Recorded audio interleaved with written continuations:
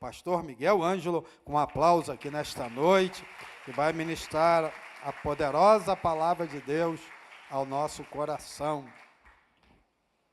Obrigado, pastor. Paz do Senhor, meus irmãos. Está feliz aí, está alegre?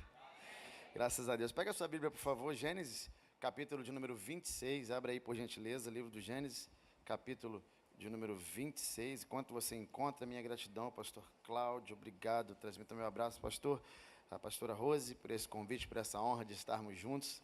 Mais uma vez, é a primeira vez que eu venho aqui agora, em 2026. Já quero agradecer, pastor, por todas as oportunidades que o senhor me deu em 2025. Foi incrível, essa igreja está no meu coração. Estar aqui hoje, para mim, é uma grande honra. Obrigado, meus amigos que me receberam tão bem. Os obreiros são tão bons, irmão, que eles não querem nem que você ande daqui para ali. Ele quer carregar você no colo da terra para você não cansar. Os obreiros aqui são top. Deus abençoe os obreiros dessa casa. Os demais pastores, meus amigos, pastor Roberto, pastora, sua esposa, Deus abençoe a todos aqui que eu conheço e têm um carinho grande comigo, eu com vocês. Eu estou acompanhado do meu amigo, pastor Diego, amigo de longa data, também dirigente de igreja. Eu dirijo uma igreja lá em Irajá, pastor, uma igreja linda.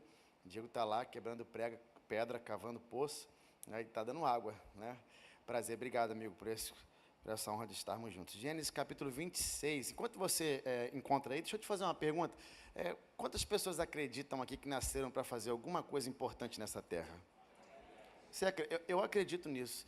E eu acredito que todo mundo nasce com uma missão, com uma vocação de vida. Mas é possível, escute isso aqui, que de alguma forma a sua vocação ela seja desviada por alguns projetos. Por exemplo, você se forma, você vira um empreendedor, você vira um empresário, você passa num concurso público e às vezes até se aposenta com um bom salário, e isso é maravilhoso, mas talvez você não seja pleno, porque você só é pleno quando você está alinhado com aquilo que você nasceu para fazer. É possível, eu conheço pessoas que têm bastante dinheiro e não são plenas, e conheço pessoas que não têm tanto, mas estão plenas, porque estão vivendo a sua real missão, a sua vocação. Foi por isso que eu escrevi esse livro chamado O Chamado Irresistível, quando é impossível você fugir de quem você nasceu para ser. Esse livro fala sobre missão, sobre vocação, sobre descobrir a sua chamada, o seu ministério, o que você veio fazer nessa terra. Pastor, é que eu não quero pregar, eu não quero ser pregador. Não, esse livro não fala sobre ser pregador. Esse livro fala sobre uma missão, como descobrir, como colocar em prática e como ensinar outras pessoas a descobrirem também. Você já percebeu? Quando está muito perto de você descobrir a sua missão, você não cabe mais no lugar que você está? Já viu quando você está trabalhando num lugar, você fala assim, cara, o que eu estou fazendo aqui?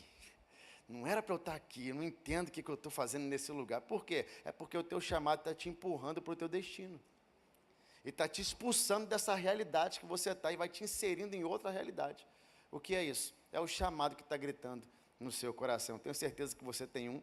Eu tenho certeza que se você não descobriu ainda, você vai descobrir. Está aqui, custa R$40, está ali fora. Esse aqui, não olha, que é do pastor, já te separei para ele. Obrigado, pastor.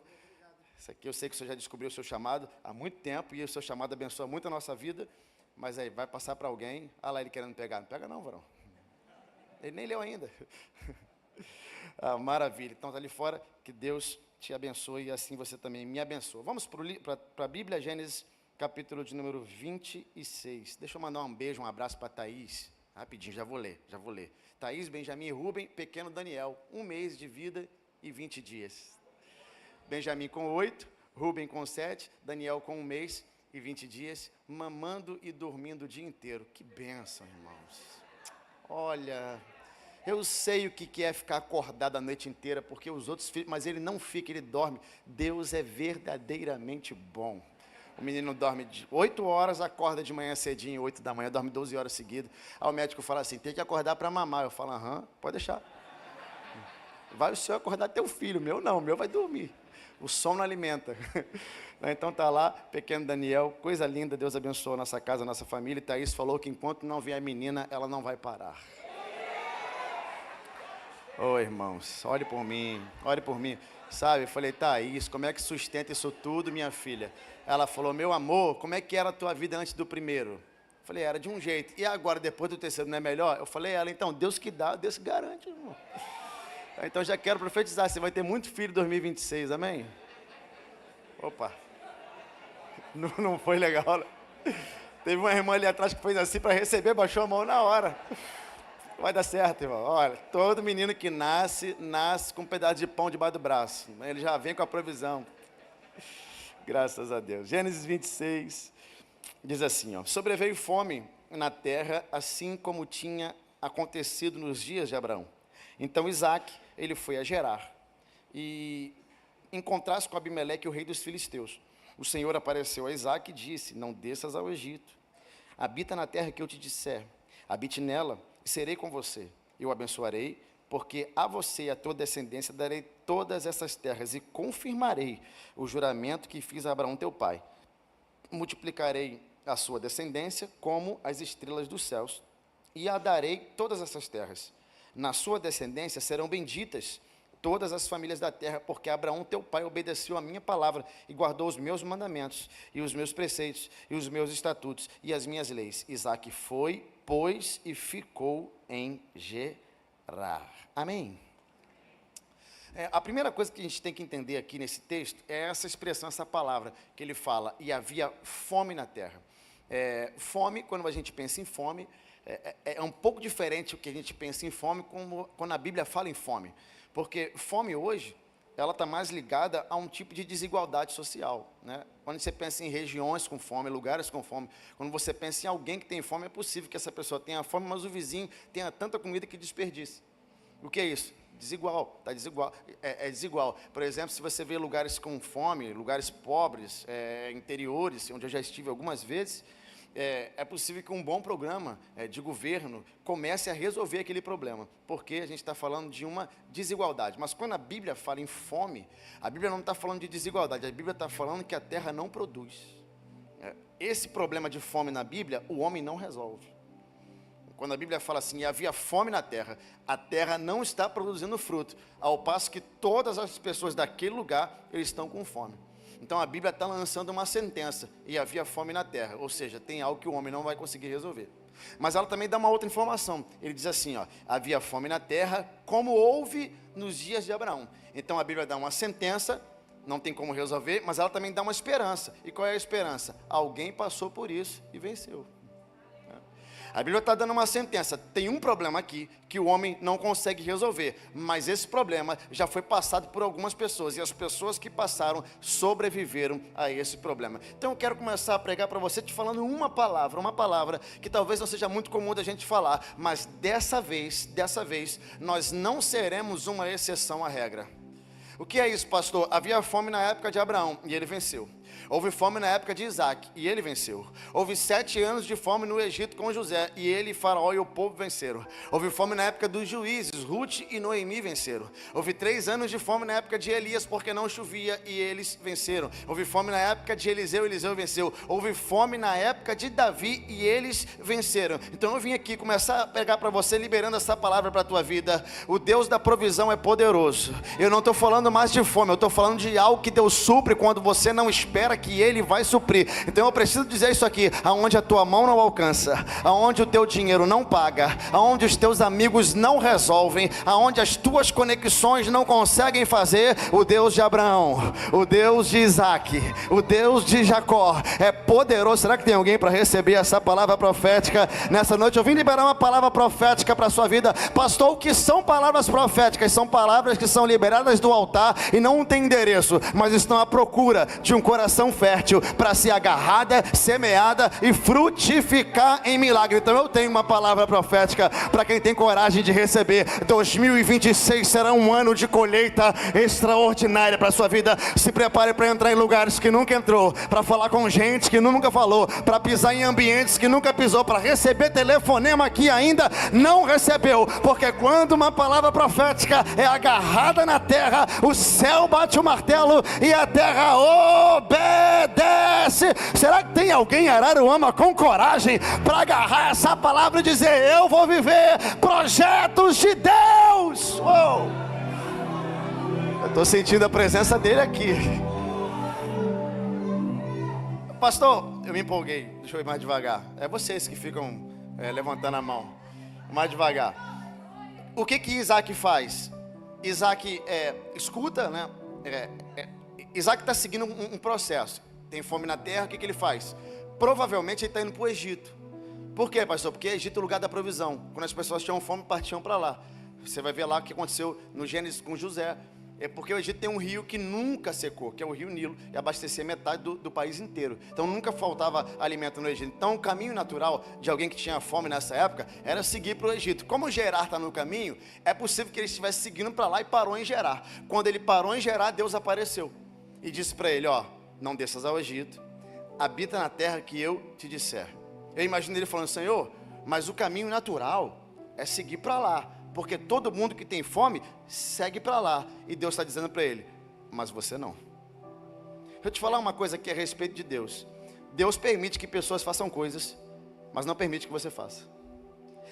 Vou melhorar. Deus permite pessoas irem a lugares que não vão permitir que você vá.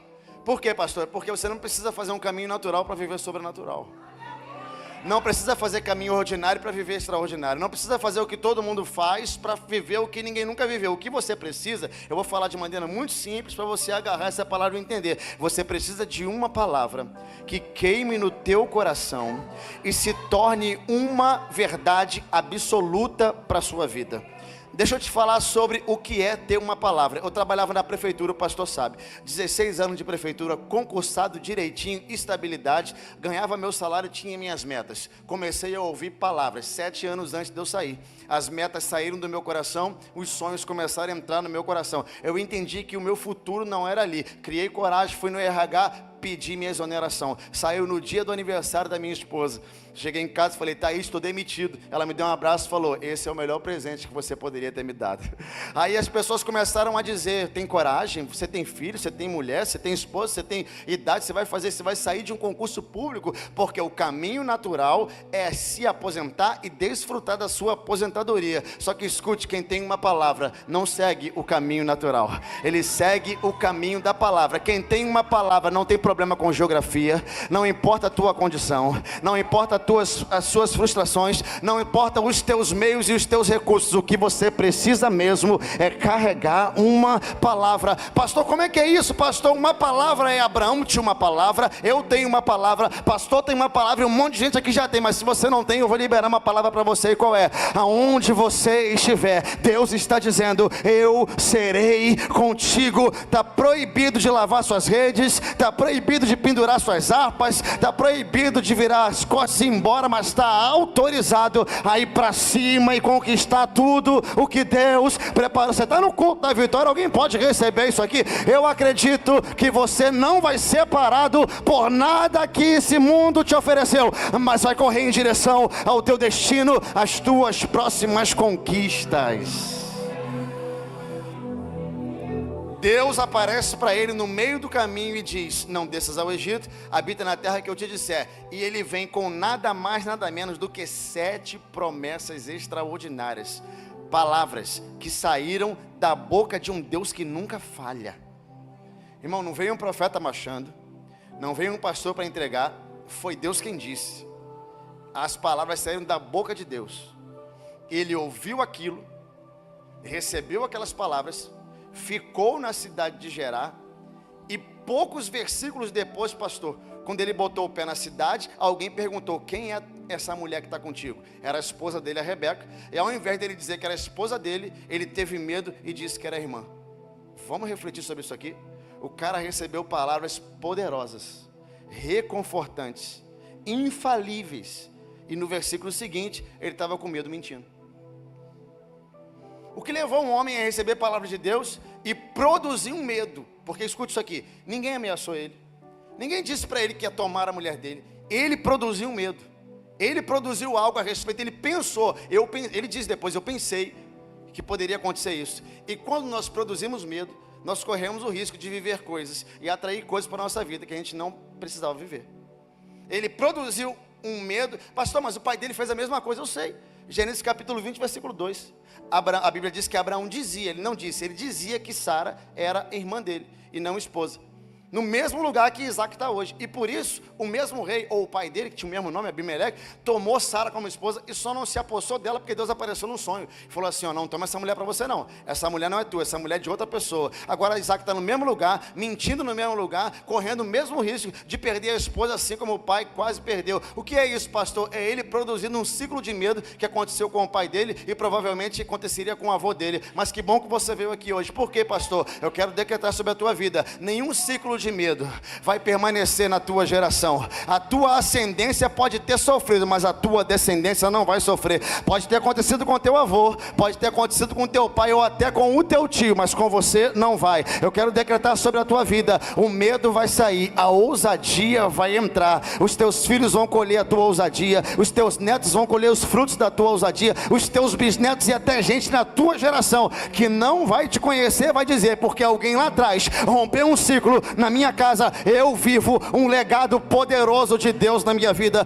Pastor, com que autoridade o senhor prega isso aqui? É porque eu tenho um pai que se matou, eu tenho um avô que desapareceu, eu vivi um monte de ciclo de derrota na minha casa, mas quando eu fiz aliança com Deus eu decretei, a partir de hoje isso não acontece mais na minha família. Os meus filhos vão crescer, os meus netos vão crescer, os meus bisnetos vão crescer, vão estar na casa de Deus e vão viver a bênção de estar com uma aliança refeita no altar do Senhor. Será que tem alguém que acredita que através da tua vida os ciclos de medo caem e os ciclos de coragem são estabelecidos? Diga para quem está do seu lado, não produza medo aonde não existe. Eu falei para você que o menino estava com um mês. Eu acho que eu não vim aqui em dezembro. Ele nasceu dia 3 de dezembro, pastor. Uma mulher, quando ela está grávida, ela faz 9 ultras, porque ela vai uma vez por mês no médico. Eu fui a primeira vez, o médico viu, está grávida, está tudo certo. Fui a segunda vez, o médico olhou e falou assim, ó, não dá para ver o sexo, mas dá para ver uma coisa. Eu falei, o quê? Uma mancha no pulmão dele. Uma mancha. Eu falei assim, mas o que é isso aí? Ele falou assim, o nome disso é sequestro do pulmão. Nunca tinha ouvido falar, irmão. Entrei na internet para ver, achei. É uma doença. Falei, mas faz o quê? Toma remédio, fica no sol? Ele falou, não, é cirúrgico. Nasceu, tem que operar. A minha mente começou a querer produzir. Eu falei, mas opera como um bebê? Aí ele falou assim, não, é tranquilo. Você fura aqui o lado dele aqui com o dedo, a grossura de um dedo. Vai lá onde está o pulmão, pelo computador e raspa. Aí eu falei, você vai furar um bebê recém-nascido? Eu não gostaria que você me furasse. Aí ele falou assim, mas só tem esse jeito. É a melhor forma de fazer. Eu falei assim, não tem outro jeito. Qual é? Eu falei, vai furar não. Aí eu fui para aquele ambiente, eu e minha esposa, que você conhece, você sabe qual é. 3 horas da manhã eu acordava e dizia assim, ó, pulmão saudável, pulmão normal. Botava a mão na barriga, pulmão saudável, pulmão normal. No outro dia, pulmão saudável, pulmão normal. No outro dia, pulmão saudável, pulmão normal. No dia da outra, a gente ia em jejum e ia declarando, pulmão saudável, pulmão normal. Cheguei na terceira outra, falei, tudo bem, doutor, tem mancha aí? Ele falou assim, tem mancha. Falei, obrigado, ia para casa. Cheguei na quarta outra, falei, doutor, tem mancha? Ele falou, claro que tem mancha. Falei, obrigado, ia para casa. No outro dia, quinta outra, no quinto mês, falei, tem mancha aí? Ele falou, é óbvio que tem mancha. Ele ficava rindo para mim, sabe? Aí nesse dia eu saí e encontrei a secretária dele. A secretária dele me conhecia já de negócio de internet. Ela falou, oi pastor, tudo bem? Eu falei, oi minha irmã, é seu chefe, o médico? Aí ela falou, é. Eu falei, ele é o quê? Ele é budista, ele é católico, ele é crente, ele é espírita. Ela falou, pastor, ele não é nada. Ele acredita na ciência. Aí eu, sei como é que é. Fui para casa, sexta ultra, pastor. Cheguei lá, falei, tem mancha? Aí ele, é óbvio, ele ficava rindo, ele falou, é óbvio que tem mancha. Sétima ultra, eu falei, doutor, tem mancha aí? 7º mês, ele falou, rapaz, tem, mas ela parece estar um pouco menor. Aí eu falei assim, eu sei como é que é, doutor. Ele falou, você faz medicina? Eu falei, não, sou pastor. Aí ele para mim, aquele para mim, ó. Aí eu, rindo para ele, fui para casa, 8ª ultra, eu falei, ei doutor, tem mancha aí? Ele falou assim, rapaz, ela tá bem pequenininha, mas tá lá.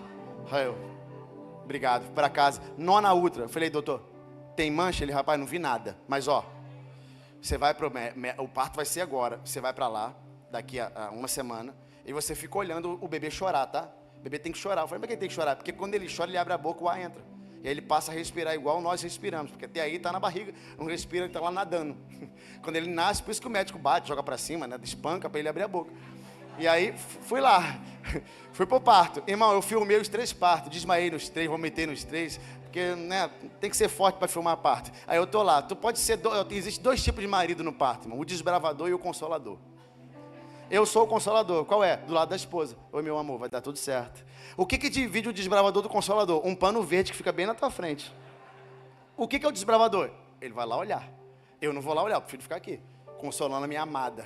Né? Meu amor, vai dar tudo certo. Ela até falou assim, eu acho que está demorando muito. Eu fui lá olhar. Quando eu olhei, eu vi a mão dele, metade do braço dele dentro da barriga dela. Voltei na hora. Ela falou assim, o que houve? Tua boca tá branca. Eu falei assim, não, tá tudo bem, tá tranquilo. Daqui a pouco ele falou assim, ele já era meu amigo, médico, ele, vem Miguel, corre aqui, vai nascer agora. Aí vai eu com o telefone, tá filmado aqui, eu vou lá.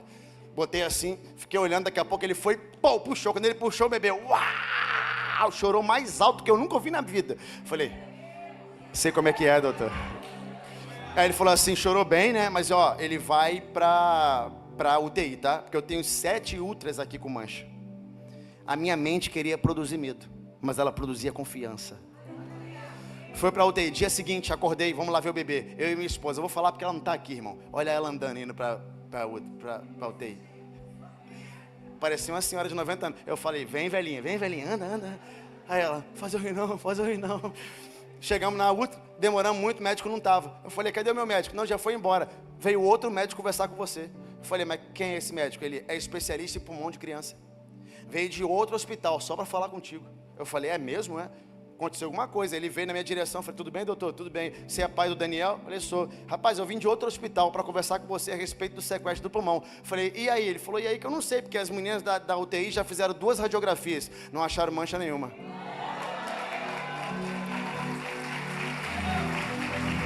Eu falei para ele, eu sei como é que é, doutor.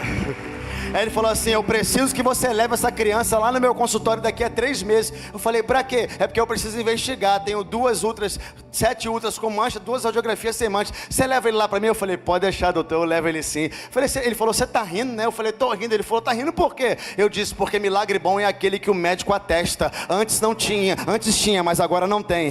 Seguia para um caminho, mas agora segue para outro. Tava dando de um jeito, mas agora virou e tá dando de outro. Fica uma palavra para quem tem coragem de receber. Médicos vão ter que rever alguns exames, advogados vão ter que rever alguns processos, diagnósticos serão transformados, porque todas as vezes que o céu decreta, a terra tem que obedecer. Será que tem alguém para acreditar nisso aqui? Se alguém acredita no Deus de milagres, eu vim liberar sobre a tua vida. O Deus que operou na minha família é o mesmo Deus que vai mudar esse quadro na tua casa. Você vai mandar um testemunho e vai falar, pastor, aconteceu comigo também. Deus interveio. Se tem alguém que acredita nisso, erga as suas mãos, faz melhor, dá um salto dessa cadeira e pega essa palavra aí. Eu sirvo a um Deus poderoso. Eu preciso de alguém para me ajudar a adorar a Ele. Eu creio em milagres. Alabadarabas.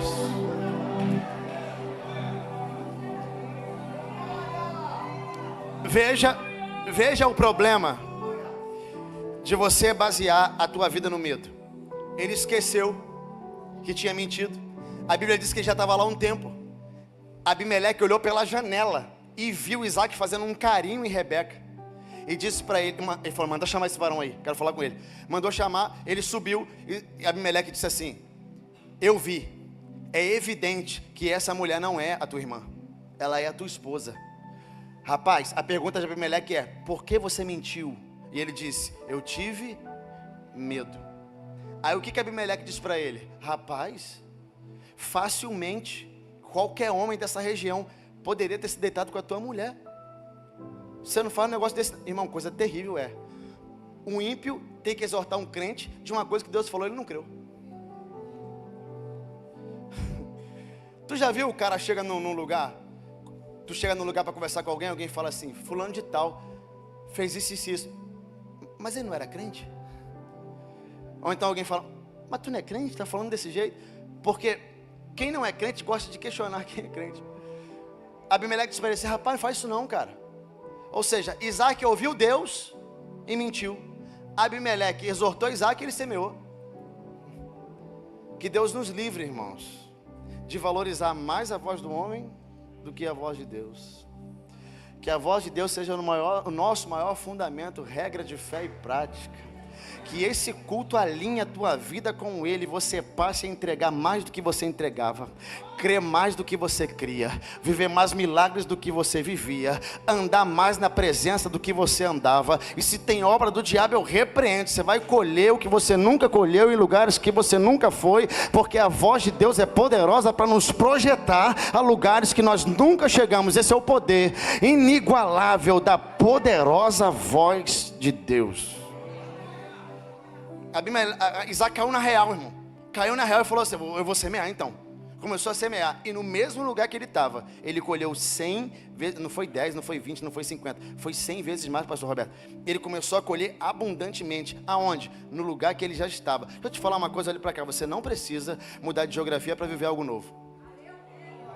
Sabe por quê? Porque mudar de geografia e não mudar a mentalidade não muda nada. É possível que você mude de um lugar para um lugar que você nunca foi e a tua mente seja daquele lugar antigo. Você vai fazer a mesma coisa. Eu gosto de Ana. 1 Samuel 1:1. Ana era uma mulher estéril, que tinha uma rival, não gerava filhos, porque Deus cerrou a madre dela, e o texto fala que ela chorava e não comia. Só que escute, chorar e não comer não muda nada. Por quê, pastor? É porque Deus não reage a desespero. Não é assim que o céu se move. Até que 1 Samuel 1:9 diz: e Ana se levantou. Se levantar aqui não é ficar de pé. Se levantar aqui é uma decisão. Qual é a decisão que ela tomou? Não vou ser mais coitadinha. Não vou sofrer mais afrontas dessa mulher. Não vou ficar vivendo esse mundinho que eu estou vivendo. Ela se levantou, foi para o templo e fez um voto, igual você veio fazer aqui hoje. E o que ela disse? Se o Senhor me der um filho, eu te devolvo. E a Bíblia diz que o Senhor se lembrou dela. Eu amo isso aqui, irmão, porque foi na cidade de Siló que viram uma mulher chorando e não comendo. Mas foi na cidade de Siló que viram uma mulher gerando juiz, profeta, sacerdote. Foi no Egito que viram um príncipe fugindo, mas foi no mesmo Egito que viram o pastor voltando com um cajado na mão e arrancando 4 milhões de pessoas do maior império da terra. Foi na Babilônia que viram um garoto sendo jogado numa cova porque estava orando demais, mas foi na mesma Babilônia que viram o rei dizendo: bendito seja o Deus de Daniel, que o livrou da cova dos leões e criou os céus e a terra. Viram um garoto sendo perseguido por um rei em Judá, mas viram o garoto voltando e reinando sobre todo mundo, e alguém dizendo: esse garoto é homem segundo o coração de Deus. Foi no Egito que pegaram um sonhador e colocaram ele na prisão injustamente, mas foi no mesmo Egito que viram ele assentar do lado do imperador e governar sobre toda aquela terra. Foi numa cidade que viram Jesus nascer, o garoto cresceu em graça e conhecimento, foi morto injustamente na cidade santa, mas foi ali naquela mesma cidade que ele resolveu derramar o Espírito, batizar 120 e ainda salvar 3.000 pessoas na primeira mensagem que o apóstolo Pedro pregou. O que só quer dizer com isso, pastor? É que a glória da segunda casa, uau, eu preciso de alguém para receber isso aqui. A glória da segunda casa será maior. É no lugar onde te humilharam, é no lugar que você sofreu, é no lugar que te acusaram injustamente. Você vai dizer: Deus resolveu intervir e mostrar a verdade do lugar. Eu recebo essa palavra e libero para você: a glória será maior. Alguém pode me ajudar a adorar a Ele aqui? Eu estou sentindo a presença dEle. Ele está semeando. Se ele colheu 100 vezes, na primeira 100 vezes, na segunda 100 vezes, na terceira já tinha um lucro absurdo. A Bíblia diz que Isaac enriqueceu. Eu gosto da expressão que usa: e o varão ficou grande. Enriqueceu. Enriqueceu tanto que Abimeleque mandou chamar ele para uma reunião. Falou assim: vem cá, quero falar contigo. Ele fala: o que houve? Ele: ó, pega tuas coisas, pega tua família, ó. Não sei a expressão que você prefere. Vai embora, vaza, mete o pé, capina. Aqui usa qual? Vaza, mete o pé, vai. Ó, quero você aqui não. Interessante é que ele diz: porque você se tornou mais poderoso do que nós. Interessante é que Abimeleque lidou bem com Isaac sem nada, mas não lidou bem com Isaac próspero. Ele consegue conviver com Isaac dependente, mas não consegue conviver com Isaac independente. Por exemplo, Isaac não tinha nada, chegou na terra dele com a mão na frente e outra atrás. O que ele falou? Fica aí, cara, pode ficar aí, rapaz, a casa é sua, pode semear. Mas quando Isaac prosperou, ele disse: não quero mais você aqui não. As pessoas lidam bem com as nossas dores, mas não lidam bem com a nossa prosperidade.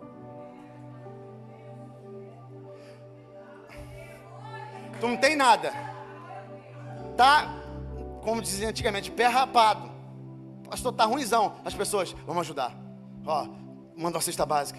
Faz alguma coisa. Mas se tu chegar e falar assim, pastor, eu não preciso mais de nada. Eu tô querendo abençoar uns 300 aí, porque eu prosperei demais. Alguém vai olhar.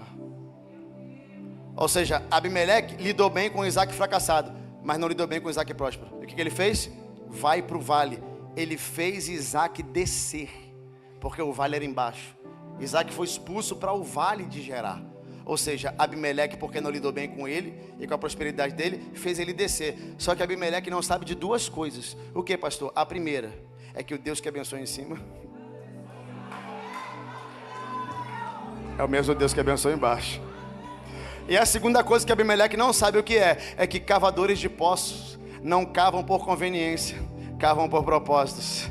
Não importa onde tu bota esse cara, irmão. Pode ser na Praça Marco Aurélio, pode ser em Araruama, pode ser em qualquer lugar onde você colocar ele, ele vai correr atrás de água até encontrar. Porque cavadores de poços não estão preocupados com a geografia que vive, eles sabem o Deus que estão servindo. Eu só preciso de um doido desse para ter coragem de receber essa palavra comigo. Gente que vê fruta onde não tem árvore, gente que enxerga água onde ninguém enxerga, gente que enxerga oportunidade onde as pessoas veem derrotas. Que são esses, pastor? São pessoas que carregam uma palavra, e quem tem palavra vence aonde ninguém vence, prospera onde ninguém prospera. Se prepare, pessoas vão se surpreender, porque o Deus da palavra é poderoso.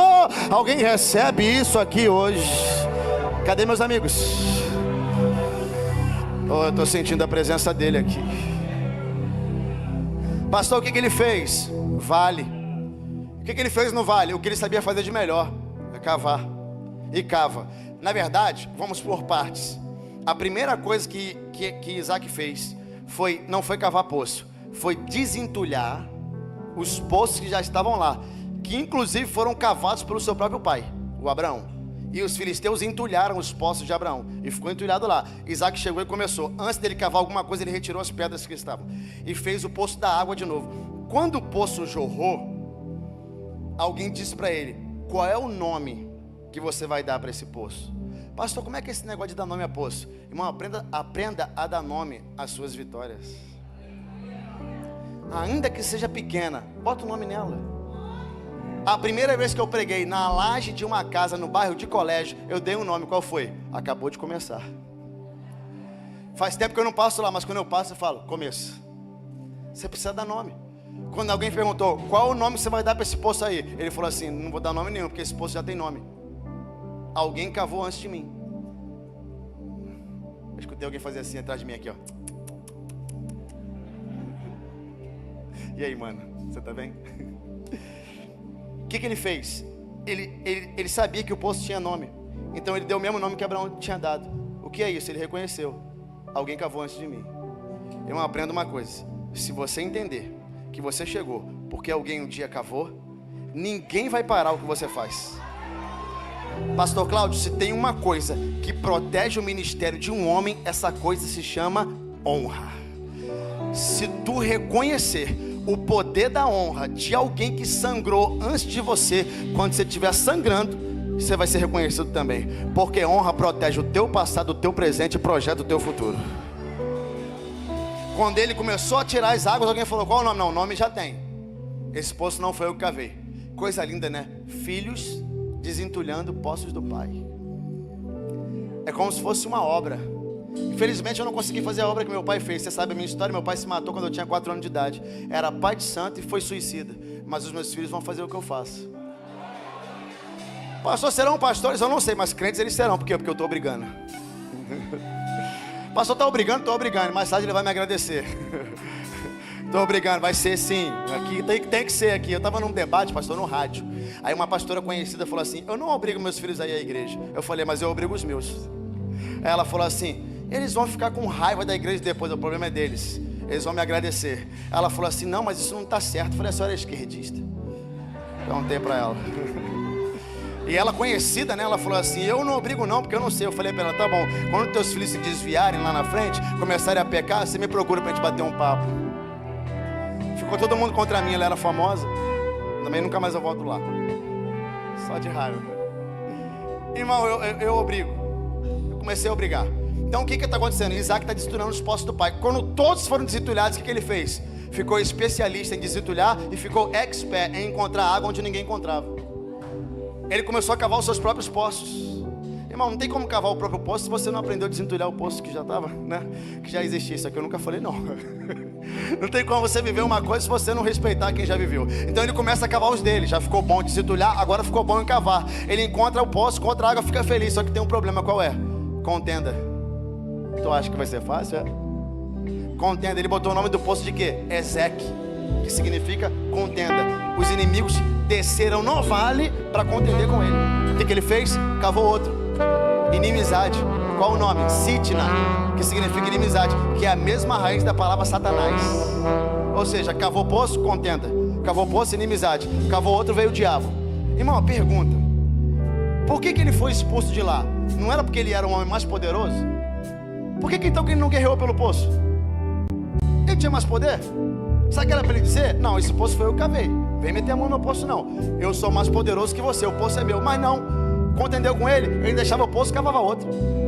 Veio inimizade, deixava o poço. Isaac não gastou energia disputando o poço cavado, mas gastou energia cavando o poço novo. Irmão, lembrei de Neemias, em cima do andaime reconstruindo o muro. Na mão ele tinha uma espada, na outra ele tinha uma ferramenta, uma colher de pedreiro.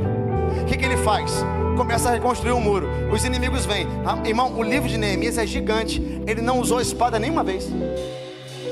Ele tinha, mas nunca usou, porque ele optou, ao invés de atacar, reconstruir. É você que escolhe. Você vai querer ficar parando para atacar ou vai ser que vai ficar reconstruindo? Aí ele está lá em cima do andaime levantando o muro. Quem vem? Sanbalate e Tobias. Pastor, quem são Sanbalate e Tobias? Irmão, não dá para explicar agora, mas pensa num bicho ruim, invejoso, mau caráter, né? olho grande. Quando eles viram ele construindo, enviados pelo inimigo, foram lá e falaram assim: desce daí, quero falar contigo. A distância era grande, porque ele enviou uma carta. Neemias pega a carta e fala: o que eles estão falando lá embaixo? Está mandando você descer, quer falar com eles. Sanbalate e Tobias estavam criticando a obra de Deus, e Neemias construindo a obra de Deus. Tu viu a posição deles? Neemias lá em cima, Sanbalate e Tobias lá embaixo. Irmãos, pessoas que criticam nunca sobem. Pessoas que reconstroem sobem até sem querer.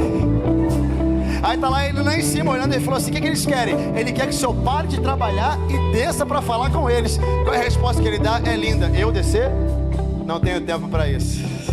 Como assim, Neemias? O que eu estou fazendo? Uau, é lindo.